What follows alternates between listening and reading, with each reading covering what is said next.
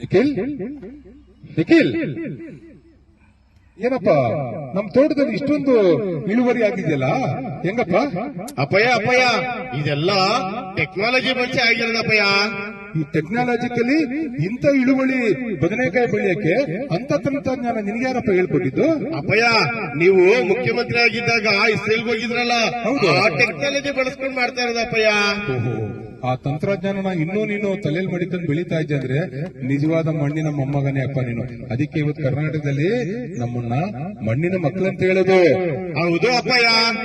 ಈ ತಂತ್ರಜ್ಞಾನನ ನೀನ್ ಯಾರಿಗೂ ತಿಳಿಸ್ಬೇಡ. ನಮ್ಮ ಕುಟುಂಬಕ್ಕೆ ಬಿಟ್ಟು 5 ಎಕರೆ ಜಮೀನು ಒಳಗಡೆ 113 ಕೋಟಿ ನೀನು ಸಂಪಾದನೆ ಮಾಡಿದೆ ಅಂದ್ರೆ ನಿಜವಾದ ರೈತ ನೀನೇ. ಹೌದು ಅಪ್ಪಯ್ಯ, ಈ ಟೆಕ್ನಾಲಜಿ ಯಾರು ಹೇಳ್ಕೊಡಲ್ಲ ಅಪ್ಪಯ್ಯ. ಆ ಟೆಕ್ನಾಲಜಿನ ಉಪಯೋಗ ಮಾಡಿಕೋ.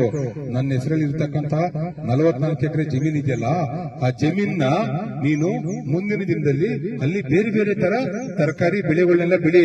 ಅವಾಗ ನಮ್ಗೆ ಏನಾಗುತ್ತೆ, ಈ 130 ಕೋಟಿ ಹಣದಲ್ಲಿ ಇನ್ನೂ ಹಣನ ನಾವು ಸಂಪಾದನೆ ಮಾಡಬಹುದು. ರೈತರ ಮಣ್ಣಿನ ಮಕ್ಕಳಾಗಿ ನಾವು ಸಂಪಾದನೆ ಮಾಡಿದೀವಿ ಅನ್ನೋದನ್ನ ಜನಗಳಿಗೆ ಹೇಳೋಣ.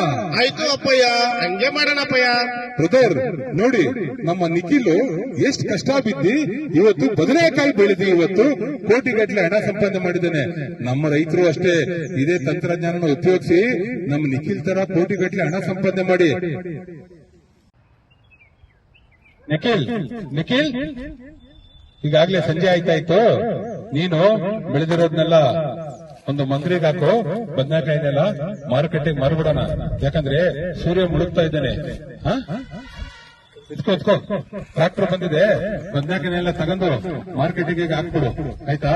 ಈ ಬರೋ ಹಣದಲ್ಲಿ ನಿನಗೆ ಮುಂದಿನ ಫಿಲಂ ಪ್ರೊಡ್ಯೂಸ್ ಮಾಡೋಕೆ ಅನುಕೂಲ ಆಗುತ್ತೆ.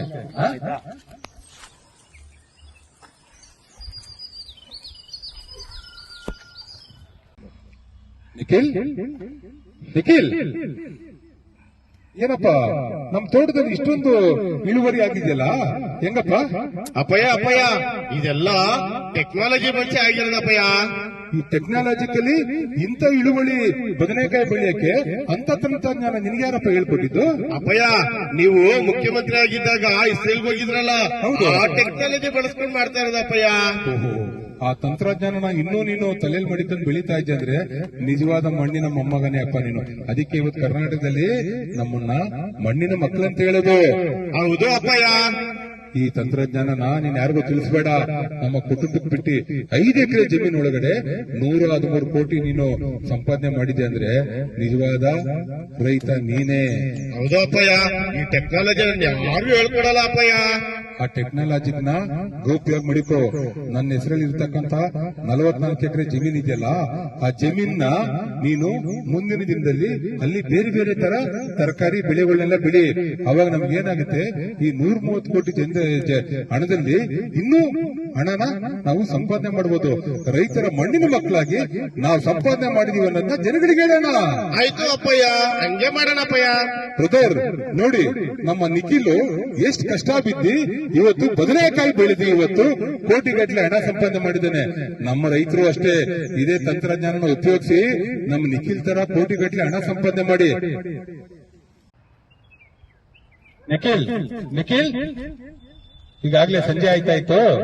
ನೀನು ಬೆಳೆದಿರೋದ್ನೆಲ್ಲ ಒಂದು ಮಂಗ್ರಿಗೆ ಹಾಕು. ಬದನೆಕಾಯಿನೆಲ್ಲ ಮಾರುಕಟ್ಟೆಗೆ ಮಾರ್ಬಿಡೋಣ. ಯಾಕಂದ್ರೆ ಸೂರ್ಯ ಮುಳುಗ್ತಾ ಇದ್ದಾನೆ. ಇದ್ಕೋ ಟ್ರಾಕ್ಟರ್ ಬಂದಿದೆ, ಬದನೆಕಾಯಿನೆಲ್ಲ ತಗೊಂಡು ಮಾರ್ಕೆಟಿಗೆ ಹಾಕ್ಬಿಡು, ಆಯ್ತಾ? ಈ ಬರೋ ಹಣದಲ್ಲಿ ನಿನಗೆ ಮುಂದಿನ ಫಿಲಂ ಪ್ರೊಡ್ಯೂಸ್ ಮಾಡೋಕೆ ಅನುಕೂಲ ಆಗುತ್ತೆ.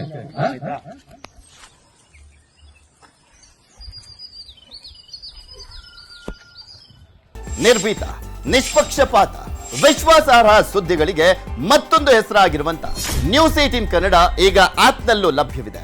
ದಯವಿಟ್ಟು ಇಲ್ಲಿರುವ QR ಕೋಡ್ ಅನ್ನ ಸ್ಕ್ಯಾನ್ ಮಾಡಿಕೊಂಡು ಆಪ್ ಅನ್ನ ಡೌನ್ಲೋಡ್ ಮಾಡೋದಕ್ಕೆ ಮರಿಬೇಡಿ.